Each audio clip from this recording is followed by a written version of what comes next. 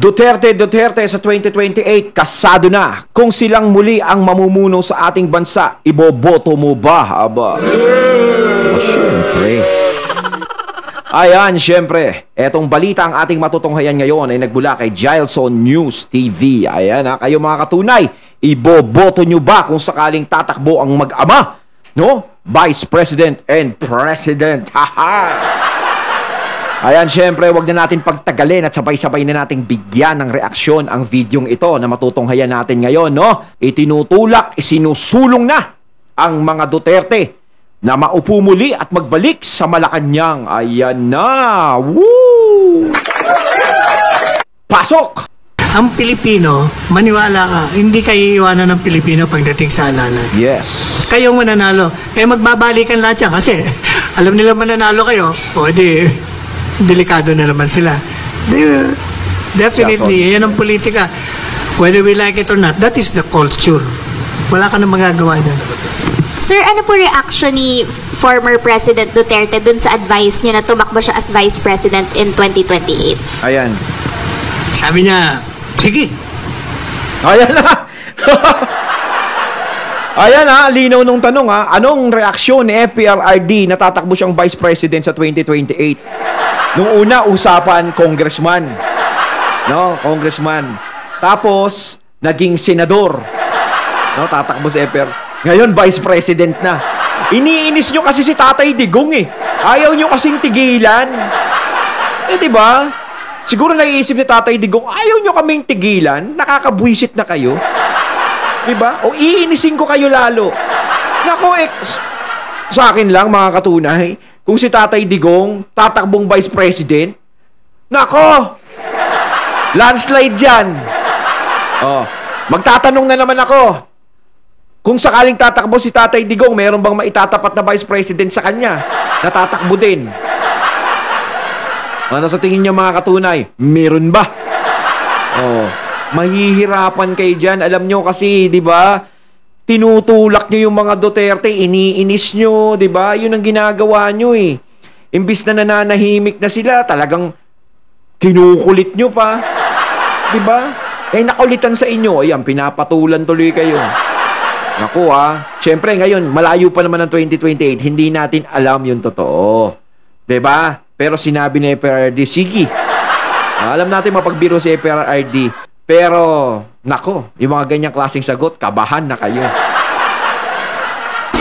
Sige, sabi niya, ituloy mo yung advocacy mo ng Duterte, tingnan natin.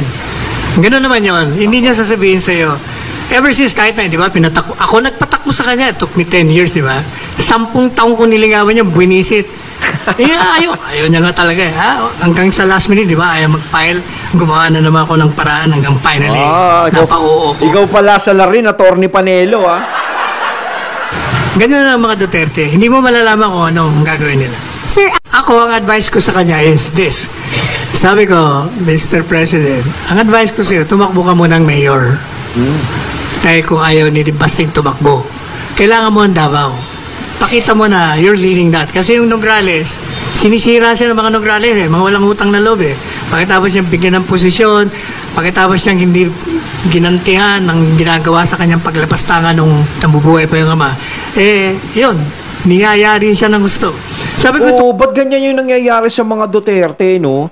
Pagkatapos nilang bigyan ng pabor lahat ng mga taong tumutulong sa kanila, bakit kaya sila ginaganyan?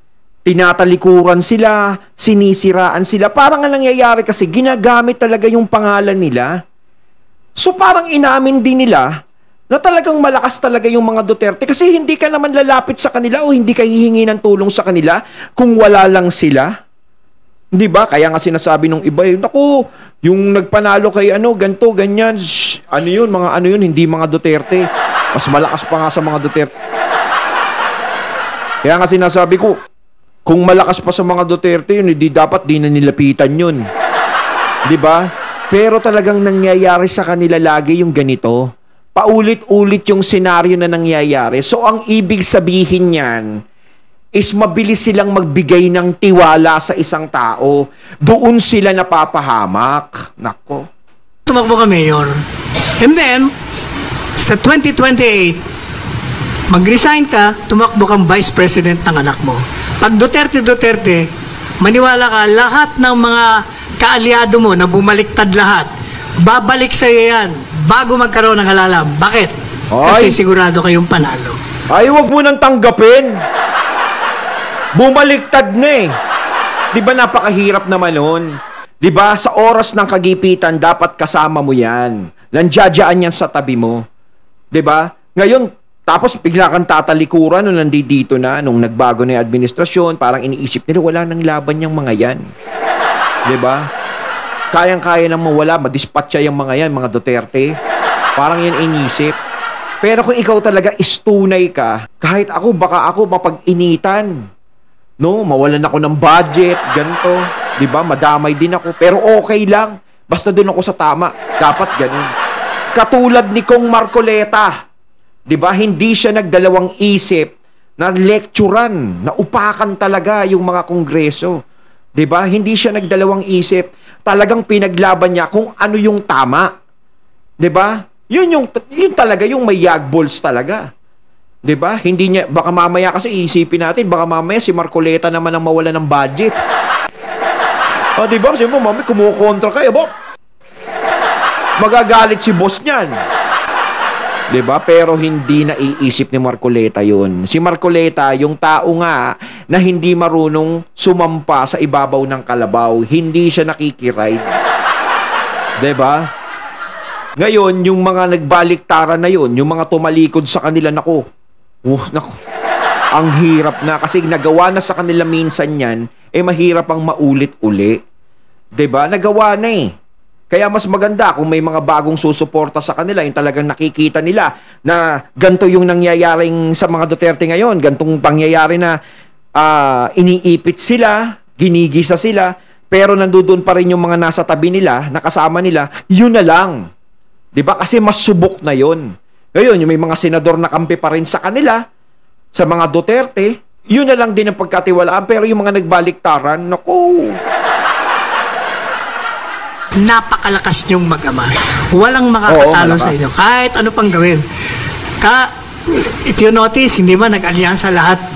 Nag-alyansa lahat ng mga partido eh. Ha? Lahat ng partido ng mga dati niyang kakampihan. Ang kalaban, magiging kalaban, PDP laban. Pero when he ran for the presidency, wala siyang kakampi. Walang gobernador, walang mayor, except for one, Governor Amante. Walang barangay kapitan. Overwhelming. Kaya sabi ko, panalo ka kasi ang record mo speaks for yourself. Pati si Inday. Ang Pilipino, maniwala ka, hindi kayo iiwanan ng Pilipino pagdating sa alam. Tama. Kayong mananalo. Talagang hindi sila iiwanan. Ngayon, kasi nakikita naman sa kanila yung dedikasyon nila sa pagtatrabaho. At saka yung mag-ama na yan, meron talagang resibong nagawa sa mga tao, kaya malapit sila sa mga tao. No? Kahit anong paninira ang ginagawa sa kanila, is hindi talaga tumatalab.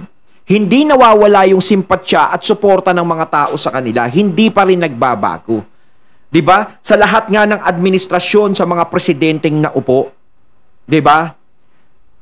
Ang mga Duterte, si FPRRD, ang unforgettable, ang hindi makalimutan ng mga tao dahil sa nagawa niya para sa bayan, para sa mga tao. Pero yung iba talaga, pagpalagay natin, unforgettable din sila. Unforgettable kasi naiinis yung mga tao, hindi na namin iboboto yan. Pero sa FPRRD talaga, kahit may edad na, 'di ba? Kahit nga ako kino-comment ko dito, nagsasalita ako na hindi na kayanin ng FPRD, nakibabasa ko yung mga comments. Kaya pa yan. Talagang pinupush siya ng mga tao talaga. Parang ayaw nilang pagpahingahin si FPRD na, huwag ka na mag-relax. Parang ganun. Kaya magbabalikan lahat yan kasi alam nila mananalo kayo, o di delikado na naman sila. Definitely, yan ang politika. Whether we like it or not. Pag nanalo yung mga Duterte, yung mga bumibira sa kanila, malamang ko isa-isang mga ibang bansa yan. Takas na yan. Alis tayo. That is the culture. Wala ka na magagawa niyan. Sir, accurate to say at least na the former president is at least considering. Accurate yun, sir. Fair to say that one? Hindi. Not considering. He is open to any possibility. Tandaan nyo, nagsalita siya. Ako gusto ko na magretiro, pero napipwersa akong lumabas eh. Ayun. Dahil sa nangyayari sa bansa. Yun yung sinasabi ko. 'Di ba? Sinasabi na ni FPRRD na gusto niya nang magretiro, syempre sa edad niya rin. 'Di ba? Pero kayo yung nagpopwersa sa kanyang lumabas. Kung hindi niyo na dinamay ang mga Duterte sa mga gusto niyong gawin sa buhay niyo, 'di ba? Is wala sanang problema. Ang problema kasi, dahil sa takot nyo, nung lumabas ang survey kay VP Sara na nagiging number 1 siya, doon kayo natakot. Pero hindi nyo naman naisip, hindi ba sumagi sa isip nyo na yung pagiging Vice President ni VP Sara, ayaw niya talaga. Parang napilitan lang siya. 'Di ba? Sana ganun na lang din yung sumagi sa isip nyo. Sa Vice President nga parang ayaw niya, tinatanggihan niya pagiging presidente pa kaya. Siguro pagkatapos nito, hindi natatakbong presidente yan kahit number 1 sa survey. Dapat ganun na lang. Tapos tinanong nyo na lang siya, uy, Inday Sara, tatakbo ka bang presidente sa 2028? Diba? Siyempre, friends kayo hindi mo siya inaaway. Naku, pag-iisipan ko pa yan, pero parang baka mamaya sumagot siya na ganun, parang ayoko. Diba? Pwede kang umiling sa kanya. Ako na lang, baka pwede, suportahan mo ko. Di wala sanang problema. 'Di ba? Ang problema kasi, dinaan nyo sa magulong pamamaraan. Hindi nyo muna pinag-aralan. 'Di ba? Puinersa nyo sila na buong akala nyo, sirain natin tong si Sara Duterte, sirain natin si Rodrigo Duterte. Maniniwala mga tao niyan.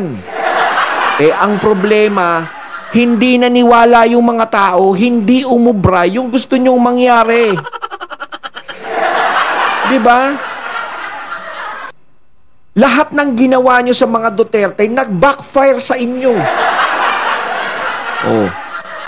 At saka imbis na hindi na tumakbo yung mag-amang yan, malamang ko sa 2028, yan pa mag-trigger sa kanila para tumakbong presidente at saka vice president. Ang sakit sa ulo niyan. Kapag wala pang 28, hindi nyo pa sila napapatanggal dyan o ganto, ganyan, hindi nyo pa sila nasisequester. Nako, at umabot sila ng 2028, nako. Magpadasal na kayo sa mga bahay ninyo. Diba? Nako. Yan ang sagot ko sa tanong mo. Pero ako, kung ako tatanungin, talagang dapat tumakbo sila. Yan lang ang magiging solusyon sa lahat. Baka kulitin na naman ni attorney yan pag 2028 na. Ayun, at ating nato ngayon ng video na nagmula kay Gelson News TV. Ayan, nadaanan natin yan. At syempre, ayun, si Attorney Panelo. Talagang gustong tumakbo ni Attorney Panelo si FPRRD bilang Vice President. Nako, nakukuha niya sa kulit si FPRRD. Pag nakuha na naman sa kulit si FPRRD, finish na. So kayo, ano masasabi niyo mga katunay? Comment lang po kayo sa comment box. So once again, I'm BT and I'm out. Peace.